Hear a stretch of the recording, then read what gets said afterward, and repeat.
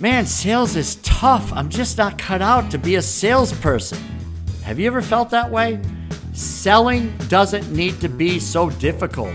My name is Harry Spaight. I'm here to serve and to help you succeed.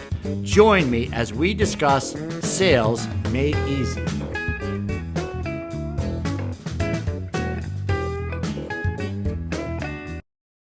Hi, everyone, and welcome to this special edition new podcast that on the Neil Haley Show, and it's called Sales Made Easy with author Harry Spaight, author of Selling with Dignity. How are you, Harry? I'm doing great. Excited to be here, Neil.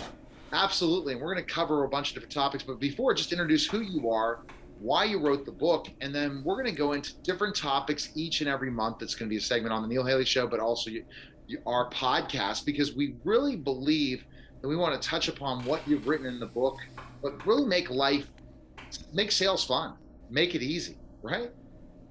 I love it. Yeah. So this whole concept of selling is something that we do very naturally.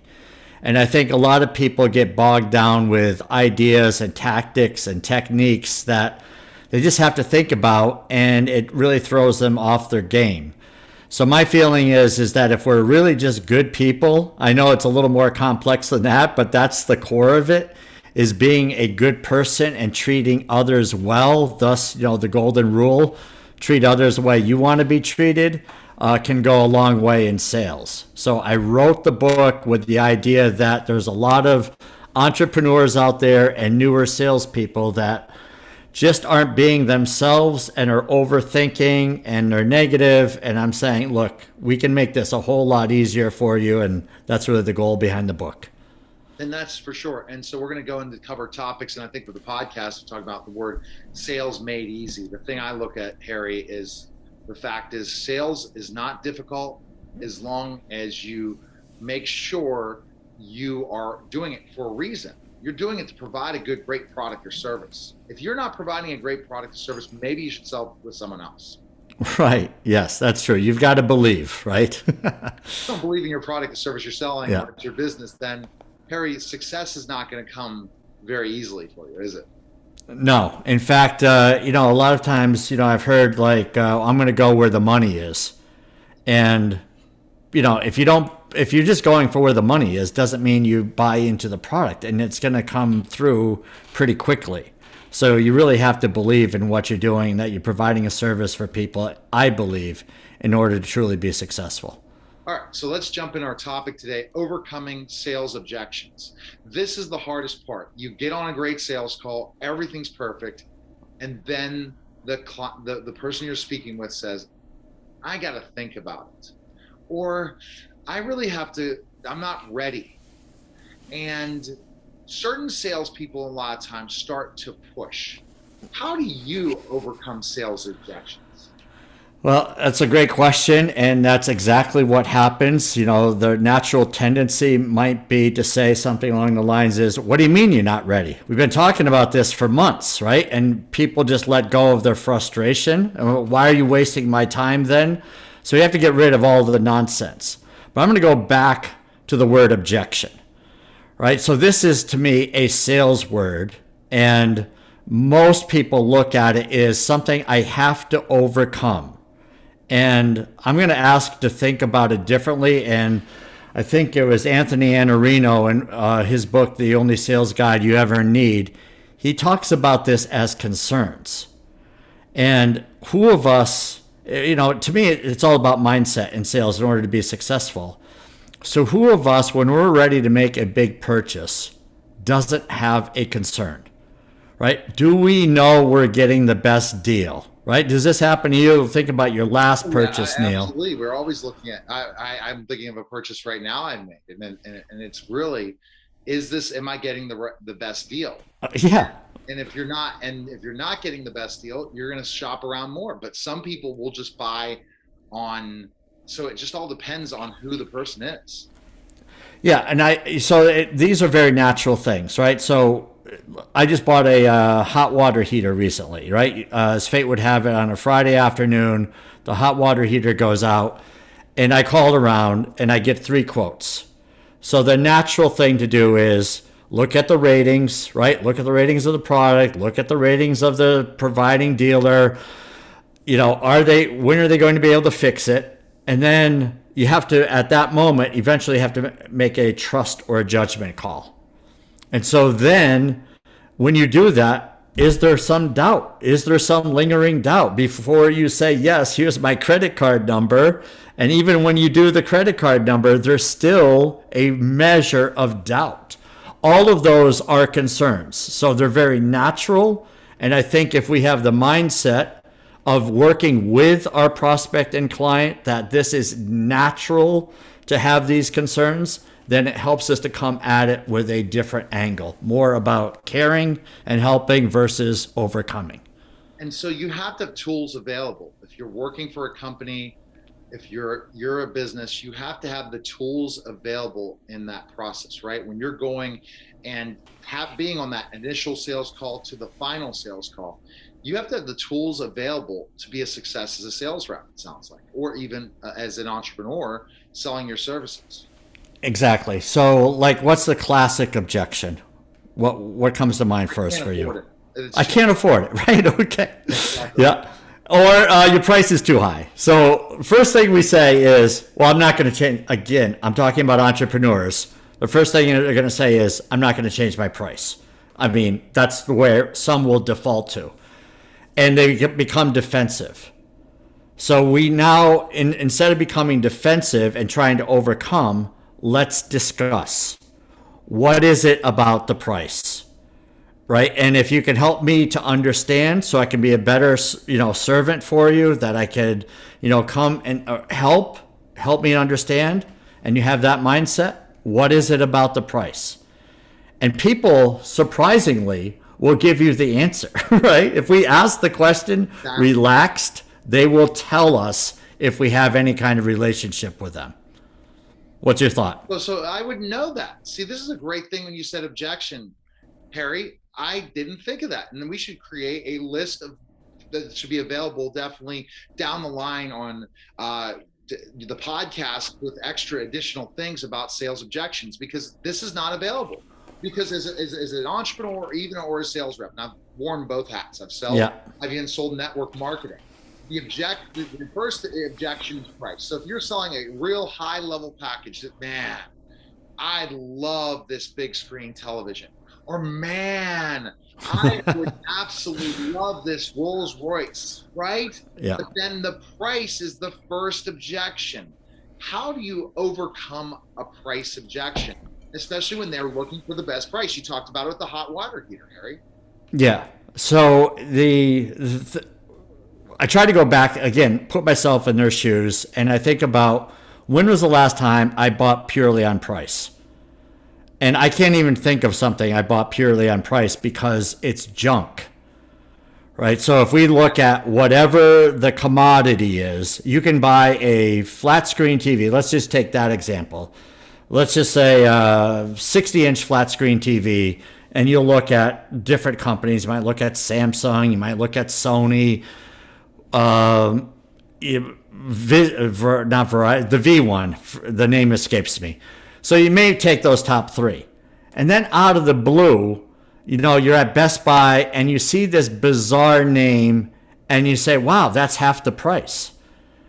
Is that worth it, right? Are you going to risk the reliability factor, the fact that there's a known name, a reputation, to go with something that's brand new, you'd never even heard of it until you saw the name and said, I'm going to go with that because it's cheaper? Well, sometimes we might be forced to it, but a lot of us are going to say, I'd rather have a smaller screen with a reliable company behind it than a no name, right? So, exactly. And right? Isn't that what we do? We buy in brands. So, for example, I'm going to buy a Mac for more expensive than a PC that, it's going to cost me less, but it's going to cost me more in maintenance, possibly being hacked. Possibly, viruses, and possibly losing all my data, versus I'm going to go with a proven source, which is a Mac, or I'm going to buy a really good PC versus I'm going to go buy this really non-proven PC just because I want to save money. Exactly. So if we can relate, so stories sell. And this is where people in sales or entrepreneurs need to be relatable, because most buyers look at anyone selling as being completely out of the loop. They don't know, right? They just think of you as a salesperson.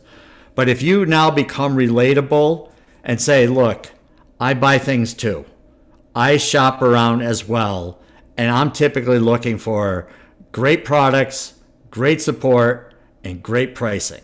Isn't that the way you're kind of looking at this now?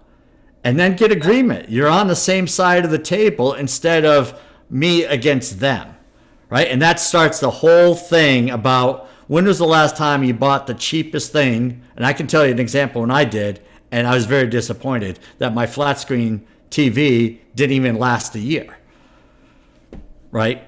Or something like that. Or anything, any type of product, from shoes to something else that's a proven chosen brand.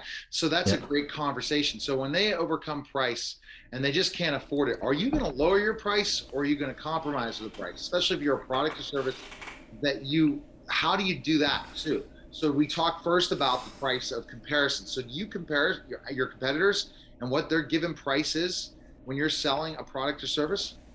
Yeah, so great question. And I think that's that's a pretty wide range that can be discussed. But I mean, so for instance, if you're selling a commodity that has a fixed price, for instance, let's just go with the cars. You're selling Honda Accords. Someone comes in and says, well, I've got this Hyundai Elantra. The price is much lower. Well, you can't compare the Honda Accord, and I think the Hyundai Elantra, if that's a model, but I've seen them on the road. I'm pretty sure it is. They're not going to compare in price. So what can you do if you're selling the Honda? You can't sell the Accord at the same price, but can you lower the model? Can you reduce the model, right? A notch or two down so you can compete? Is that an option? And sometimes you could do that with, if someone is, when you're asking again about, well, help me understand what you're looking at.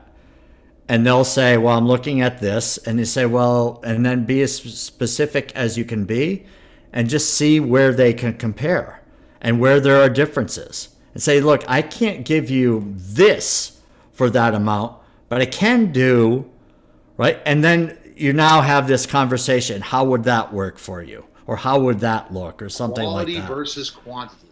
So for example, you're going to have a quality product for less, a little bit of the services. So you want to find out from that person who prices around, what are you looking to pay for that price? What are you really getting at the end of the day? And what's going to be that rate of return? That's a conversation. So Harry, how do you identify that? So it looks like we're talking about the word overcoming sales objections. Who knows? We might be having 2 shows on this, because I think we might be covering a part 2 on this, because this is intriguing the heck out of me, because I, who've been in sales 20 years, but as an entrepreneur, haven't thought about those things in the process. Then somebody says, I really can't afford this.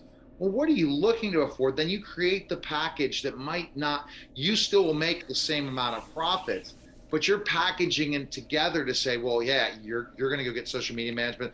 This is what this company does. So understanding competition, understanding what somebody else is going to give is an important part of this process. So you really have to be patient as a sales rep, right? You have to be patient as an entrepreneur when you're in these conversations saying, yeah, you're going to get a press release for X amount of dollars, but your competitor's promising this, but this is really what the delivery is going to be, without that happening, but more just saying, this is what the deliverable is going to be. Yeah, I mean, you're absolutely right. I mean, so the concept here, I think, is that, first of all, are we playing with the fish in the right pond, right? So if someone has never done what you do and they're buying it for the first time, are there expectations even in the game, right? Is something that you sell for $1,000 what they expect, or are they thinking this is $100, right? So that goes with, I mean, it's real easy to shop for a car or TV or a hot water heater for that matter. But if you're providing some kind of consulting or service for a business or a person, do they have a clue? And is there something that you can drop? Yeah, sorry. Is there something that you can drop in there that kind of gives them a clue as to what's coming? so that when there is price mentioned, it's not complete sticker shock. I mean, what's your thought on that, Neil? Yeah, exactly. So let's give you an example. So a product like a GoDaddy that's going to provide this service. We're going to go to a hosting provider for our website like GoDaddy. It's more expensive, but the customer service is far better. You're talking to web developers. You're talking to people that understand the industry. You're talking to somebody who's just a customer service rep. So you really, I think research is a big part of this, right? Yeah. You need to know your competitors, but you also need to listen to your customer to see what they mean in competition, right? So let me give you an example. I'm going to go buy a logo from Fiverr. Okay. And it cost me $20 for a logo versus 100. Yeah. Well, how long are you going to be on with that? And tell me about that journey. And I know you're pricing this. You don't want this. You want this logo for $20. Do you know what you're going to have to go through? So it's the job as a sales rep or an entrepreneur then, Harry, they need to do research. So I think research is a very big part of it, right? Whatever product or service in the tool, your job as a sales rep is your company needs to provide this, or you're going to have to do extra time and ask questions. But when you're the entrepreneur, you better know your competition, or at least know the different quality of competition out there. What do you recommend to that thing? Is that what you're talking about? You have to be so knowledgeable. And reading your book, I saw that, Selling with Dignity, that you had a chapter talking about how important research is and how much is important to understand your product and service, right? Yeah. Yeah. So if you're, to answer the question, I think is that if, as an entrepreneur, let's just say, I know quite a few people that do IT services. And so a buyer, for instance, may not want to commit to someone managing their network because they're going to look at that outlay of money and say, wow, that's a lot of money. Well, if they don't think through that and say, okay, so what would happen to my business if I was hacked and I was held ransom, so to speak, held for ransom, right? Some horror stories about that, Harry. Yeah. Yeah. So, I mean, what are the costs of that? I mean, it could be tens of thousands of dollars, if not hundreds of thousands of dollars. What happens if you lose your data? How much is that? And so a lot of times people who are not educated will go through, well, I don't want to spend that. I'm just going to go break fix. And the whole break fix does not protect them if something bad were to happen, prevents bad things from happening. So understanding that, and if your buyer does not get it, then you're probably speaking to the wrong prospect, right? It's really difficult to convince people that they have a problem if they don't see the problem. And so now they're going to throw all kinds of concerns, right, at us because they're really not in the market. Right? They're just arguing and they're trying to prove their case that they're okay by doing the same thing over and over again. My advice would be is to find a candidate who is already recognizes there's a problem and is looking for a solution, and they're much easier to work with typically, right? And the concerns are legit, but at the end of the day, you're going to have a buyer versus someone you may win the argument and lose the battle, so to speak. So that's when you walk away. Like in, Kenny Rogers, know when to fold. Right. Yeah. Know when to fold. Right. And walk away. Yeah. I mean, we're not evangelists. I mean, there's a lot of evangelizing you can do, but that's really not the goal. Exactly. Right. So overcoming that the objection first is price. And we could go into more detail, but I think knowing your product or service and also knowing your competition and what they're getting for their buck and asking the right questions can sift through that price objection. What's another objection after price? Well, I mean, I'm going to go just a step further on that, is that on the whole thing about price is that we should be talking about why they need to do this and what it is what will happen if they don't do it. Right? So when you're leading up, I'm going to use very round numbers, but say your solution, product, whatever, is $1,000 a month. Well, you can't just say it's $1,000 a month and then, here it is without any kind of justification. And in your service, Neil, what is it that you provide, right? What do you show your prospects that they will get if they're going to pay $1,000 a month, right? there's going to be an ROI. There's going to be return on investment, that $1,000 a month investment is actually going to return much more than $1,000 a month in the long run. So that your service is really a cost of doing business, but will have rewards for it. And if we can get in that mindset, it's like, well, look, there's not a cost here, right? There's an outcome that's going to help you grow your business. And that, to me, is where a lot of entrepreneurs are missing it, because they're just going to think of cost versus, yeah. But see, they don't, because they sell a service, say I sold the service and I move on, even as an entrepreneur, not thinking what the ROI, what is the benefit? They bought a service, oh, I got trained. Well, did they use that training to do anything? And that's going to get your second customers. That's going to get your referrals. It's going to do different things. And we're in now the business of everything. Everyone's educating people, yet it's up to you to figure out the education versus what's the ROI. You purchase a course for $10,000, and then at the end of the day, did you turn that $10,000 into $20,000 or $30,000? Right. Yeah. Then what the heck did you do it for? So yeah. I love that fact. So you talk about pricing, but you also want to see the rate of return in that price conversation. This is what you do. If you're investing $1,000, you're going to look at comparing your competitors, but also this ROI. If you go ahead and get booked on this specific show, or have this celebrity on your show, it's going to bring this amount of new revenue. Let me give you an example really quickly. I hired a company to book celebrities on my show, and I could not look. My business grew 3 times as much of what I charge for services based on that celebrity focus.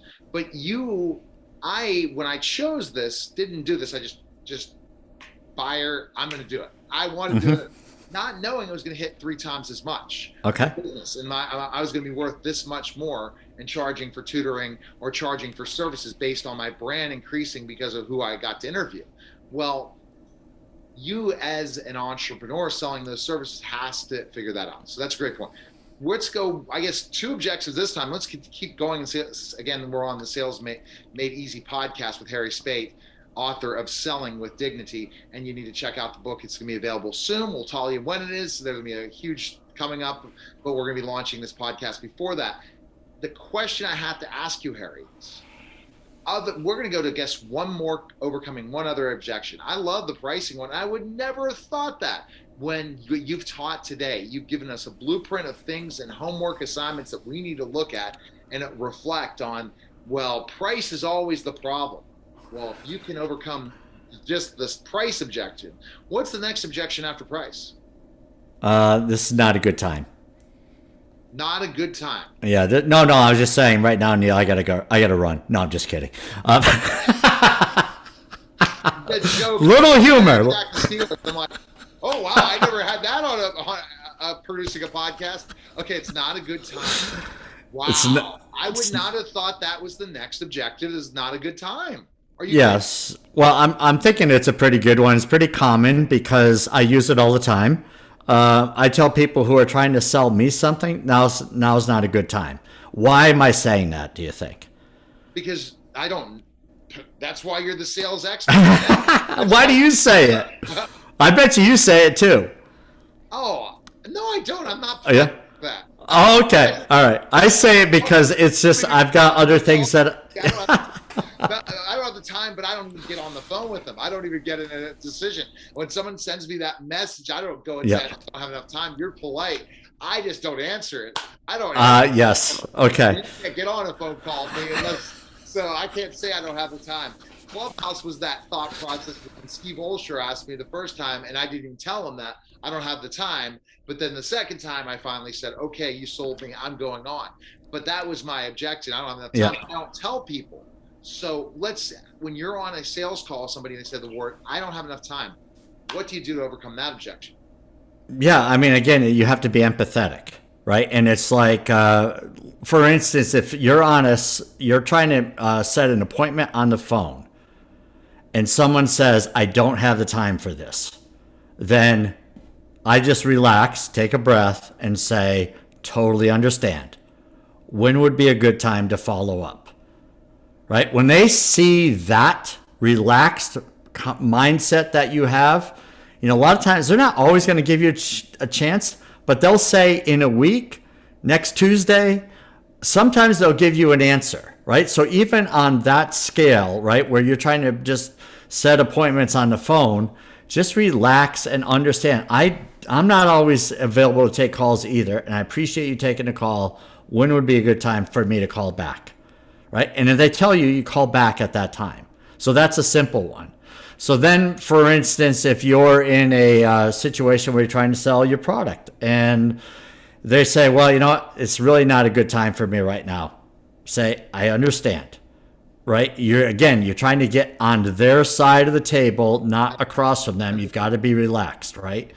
And then say, just for my own understanding, what goes through your mind when you say there's not enough time? What are you thinking about?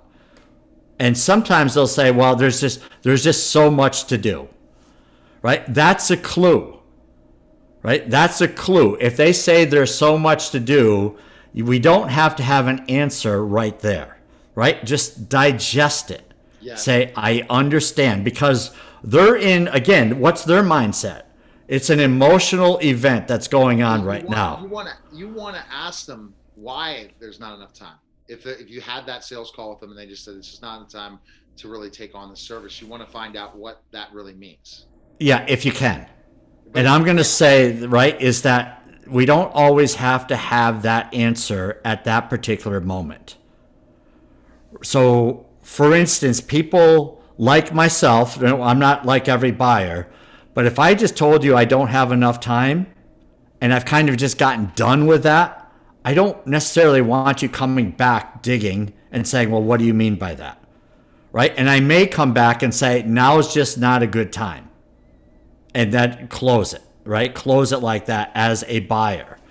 So then the seller has a choice, right? The seller could just push again or relax and say, I get it, right? And then just do the follow-up with a follow-up call or a follow-up email and say, something like along the lines, I totally understand. I want to express my appreciation for what you've done so far, how far along we've gotten, and then drop I had one additional thought. Are you open for a quick conversation or a quick chat? Right? So now what you've done, where do you think I'm going with that, Neil? I mean, it's just really you're developing the relationship so that you can have a follow-up. And that could be 3 months, that could be 6 months, that could be 9 months. You don't know what that person's going through at this point. Exactly. And then you're not closing the door completely. You add them to your leads list and then go back at another time to go contact. And then you're now catching them in where they're not defensive. Yes. Right? So you have this next conversation and you say, look, this is what I was thinking. So an example might be someone says, well, I can't do anything until the first of the year. Right. So now it's whatever month it is. And you say, well, there's several months left in a year. And that's the real objection. I can't overcome that. But you let it go and you say, well, you could say, well, I'll just be in touch in the first of the year. But instead you say, no, I totally understand. And, we'll follow up in a couple of months, whatever. And then instead, you've got an idea, not instead, but you have an idea. And you follow up in a couple of days. Again, you're thanking them. And say, I've got a quick thought. Would you be available for a conversation? And is there something you can do to bring them onto a program with no fees or something, right? So that there's now a entry or ramp up to a program, or, you offering some kind of credit or something, right? But you got to give it some thought. And if you come across too canned, then it's like they've already said no. What are the chances now that they're going to say yes, right? So on the first call, if they say no blatantly, it's like throwing your pearls before swine. Don't come up with your best ideas right after they tell you no, because you're probably going to hear no again, right? So just move it on and keep it as another follow-up later on when they say it's not a good enough. But see, I never knew that. I guess because you're a sales guy, you've heard it so much, you tell people it's not the right time. So that you've used that polite because you've heard it so many times, Harry. Yeah, and so it's like, it's not no forever, right? This is where, or whenever people give you the concern, it doesn't mean it's forever. It can't be, resolved, right? So it's just take a breath and say, I'm gonna come back. Let me give that some thought, even by saying, you know what, that's a great one. Let me give that some thought. Because if we have our canned response, I know a lot of sales leaders talk about, you got to have a canned response. Well, a canned response may work for some, but it doesn't work for everybody. And you've got to take into consideration what the buyer's like and how emotional it was for them to say, I can't do anything right now, so leave me alone. So then what are we going to do? Try to overcome that? So what are other sales objections for our next episode that we can talk about? Do you have more sales objections than those two? Well, I mean, yeah, there's a couple out there, but another one is like, why is your name isn't recognized? I could go with a bigger company, right? Why would I want to work with Neil Haley? I mean, I could work with pick the huge advertising marketing firm, right? Okay. Yeah. Okay. So I mean, what do you say? And so you've got your answers, right? Exactly. But so then let's continue. So what are their objections? So there are objections of comparing you to another product or service. Yeah. So could you list any more that you would say, or there's a ton and we could just figure them out? Yeah, of course. I'm going to draw all kinds of blanks right now because you're putting me on the spot. But yeah, so I mentioned price. Do you cover a wider area? You might be a local company and someone might be out of state. And there might be concerns. Tailored objectives that are based on the customer. And so I could think about it as well. So I look forward to overcoming sales objections part 2. But right by that point in time, if people have already listened to 2 or 3 of your podcasts, they should have picked up the book. So we're going to just say that right now. When can we finally, so the best thing is to go ahead and DM you or something if the book is not available yet. But where's the best place you want them to connect with you now so that when pre-orders do start, they can pre-order the book? LinkedIn, baby. LinkedIn. Right? Yeah. Check him out on Twitter as well, Harry Spaight. And Instagram, all those great places. And he's putting out some great quotes. But again, the podcast, and you have another podcast too, right? Where people Yes. What is that? Called Lead, Sell, Grow, the Human Experience. That's on all the major podcast channels as well.